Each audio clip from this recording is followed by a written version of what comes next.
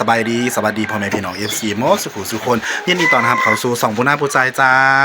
วันนี้ปูนาปูใจกะมาเล่นเฮือนหมูเนาะอยู่หอยเพกเพิ่นลงมาตะเวียงจ้ามายามก็ได้ว่ามาเฮ็ดเป็ดสู่กันกินเนาะปูนาก็สิมาคั่วแล้วบางหันแต่ว่าท่านมีมือกล่องจับนี่ปูนากำลังสิมักเป็ดหรือบางหั่นแล้วก็สิเฮ็ดเดือดแป้งจ้าทุกคนอย่ามาเจอกันเด้อทุกคนเนาะไปตอนนี้เฮาก็มาหั่นเนาะดิเยอะกำลังหั่นเนื้อเป็ดเนาะสิลวกแล้วก็เฮ็ดเดือดแป้งแล้วก็ก้อยจ้าไม่บ่ทันมีหาเงินได้ก็สิซื้อไม้2,000นี่ไว้ได้เลยมาแซ่บๆกันเด้อทุกคนหั่นเนาะหั่นอันออกก็สิลวกเอาบัดนี้ทุกเทื่อทุกคนเฮ็ดต้องเทื่อก็ต้มเอาแล้วก็จะมาหั่นโอ้หอมพี่น้องมึงหันพ้นตกข้าเดียวมาครับ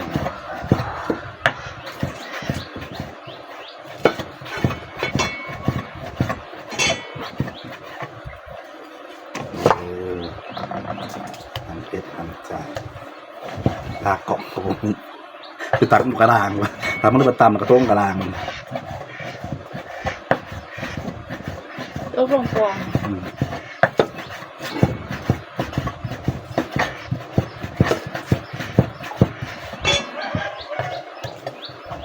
โอ้มีแน่ถ้าสูงกว่าอยู่กล่องข้างหลังจะด้วยลายเต๋อด้วยสนิทกับโบราณเสร็จก่อยนั่นกระนั้นออกมาคนหลาย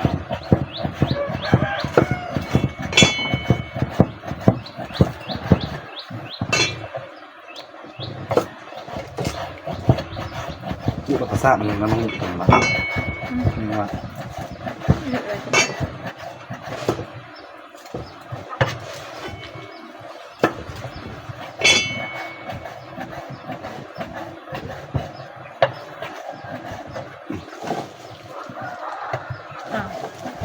จิไปตัดออกวะ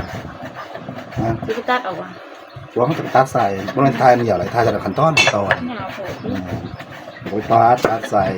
ตอนปีกตอนยังตอนมักตอนยังเด้อทุกคนเนี่ยจะไปมักเป็ดมักยังในมึงสูตรผู้น่าผู้ใจเอาลองไปเห็ดกินได้จ้ะใส่พริกป่นเนาะมาใส่พริกป่นปี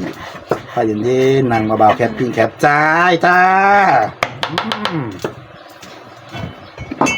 เราเป็นยังไงสั่นเขาสบายส่วนมิตรงานเด้อพี่น้องส่วนงานดองงานบุญกันหลายคุณอาจจะกลับเมืองไทยให้นะหางานไปก่อนขยายเป็นเล็กเป็นเล็กขอบคุณค่ะโอ้ยน้ำส้มน้ำแต่ตาจะมาใจดีเนาะสมัยก่อนใหญ่กำหนองพระหันสมัยสูตรเด้อซอมไก่น้องไก่กระดำมาเกาะกันมันถ้าซื้อยังก่อนนะจะซื้อยังเกาะลืมซื้อตีละแตงโมพี่แตงโมแตงใจค่ะแตงโมแตงใจกับปูนาปูใจนะคะทุกคนกำลังมาโผล่กันยังมาจะเป็นศาสตร์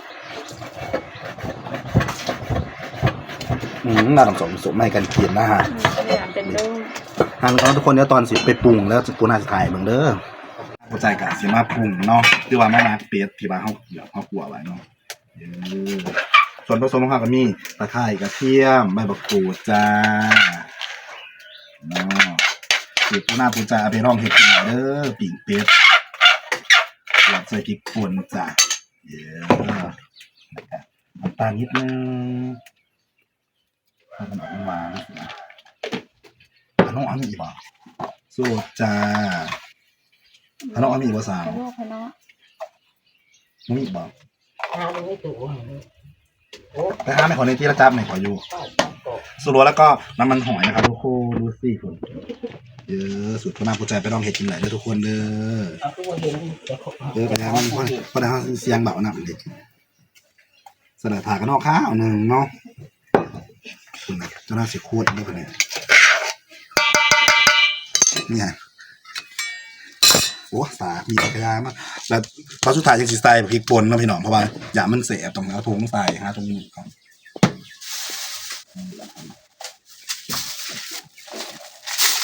เยอะขนมใจมาเลยจ้าโรลลี่นะฮะเสียบมานะ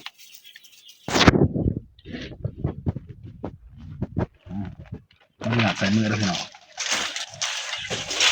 เอาถุงมือ แล้วบัดใส่ไปป่นมาจังซั่น ทุ่งมือบ่ใส่ป่ะ บ่ใส่ธรรมดาเอามือสวด ว้าว สวดเอา บ่ได้กระปุก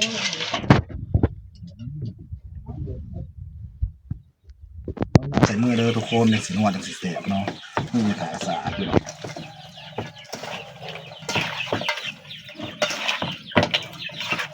มักเบ็ดสูตรพนาปุจใจจ้าไปลองเฮ็ดกินไหลเด้อ ก็เลยเห็ดปีเห็ดในติ๊กโตกันได้ นี่นะมักใบเย็นๆนะสิปี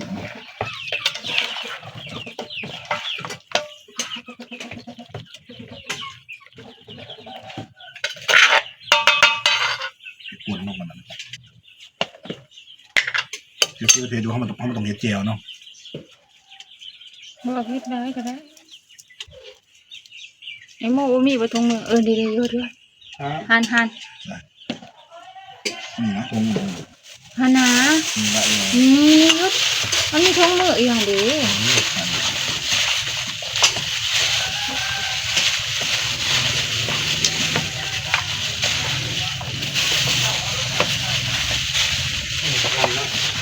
อ้าวบ่ทำให้คือประโยชน์ทางเด่นมันมาใช่ป่ะ แม่นบ่ มันประโยชน์ แม่นบ่ เด้อตอนนี้ครับกำลังสิติดไฟแล้วก็สีอย่างเนาะจ้ามาเรียบร้อยเนาะสูตรปูนาปูใจไปลองเฮ็ดกินไหลเด้อแล้วอีเมลแล้วก็เฮ็ดลาบบักจองจ้าผล ว่าเด้อทุกคนก็ได้ตอนนี้ก็ได้สิสเต็ก อะไรอีเมลแล้วก็กำลังซอยพักสบายดีซะแม่ สบายดี ในเวียงมันยังงามคือเก่า กินลาบบักจองเด้อกินลาบบักจองน้ำกันเด้อพี่น้องเด้อ ลาบบักจองแล้วก็เดือดแป้งเนาะ เดือดแป้งเป็ด แป้งปีกเป็ดเด้อมื้อนี้พี่น้องร่วมมิตรมื้อนี้ญาติมิตรมาโฮมกันมื้อนี้ อ่า มาเด้อมาเด้อมาเด้อ มาเด้อกินหมกทั่วขาวซอยกัน อันนี้พักนี้เฮาก็กาเกียบเรียบร้อยเนาะทุกคนกับเป็ดกับมักเรียบร้อยเลยจ้าแล้วก็ติดไฟติดเฟื่อนแล้วก็สิไปย่างเนาะทุกคน อันนี้เป็นหัวเนาะหัวทาบีใส่บีสดๆบีเป็ดก็ง่ายๆเนาะนะแม่แล้วก็เสียดลาบบักจองเดี๋ยวพักแล้วโอ้ยพักขบมีหอยผอมตะแสบ บักทั่ว บักเกลือบักตัว จอกได้เรื่องของ มันต้องเสียใบกำลังเสียอารมณ์เต่าเนาะว้าวมาเสียบๆเหมือนกันเด้อบีเป็นนั้นจังยิกใส่เนาะ เดี๋ยวไปผ้าดีบ่หัวถัก ท่าตะวาปิ่งเป็ดแซ่บๆทุกคน สูตรปูนับปูใจเด้อเอือบมักเองเด้อมีตะไคร่ข่าตะไคร่ใบขี้หูดปวดแล้วน้องสาวน้องมาปิ่งซอยเยอะสมียมคนงามจ้าปิ่งเป็ดแซ่บๆมันซุกเนี่ยเขาจะเอาบีท่าเนาะแต่มันเนาะกดไล่มันอย่างแห้งหมดจากใส่อีกเบื้องหน่อยหนึ่งอีกมันก็ตีนมันใส่ตายแต่แสบแห่งทุกคนนะพอก่อนนะจังพีก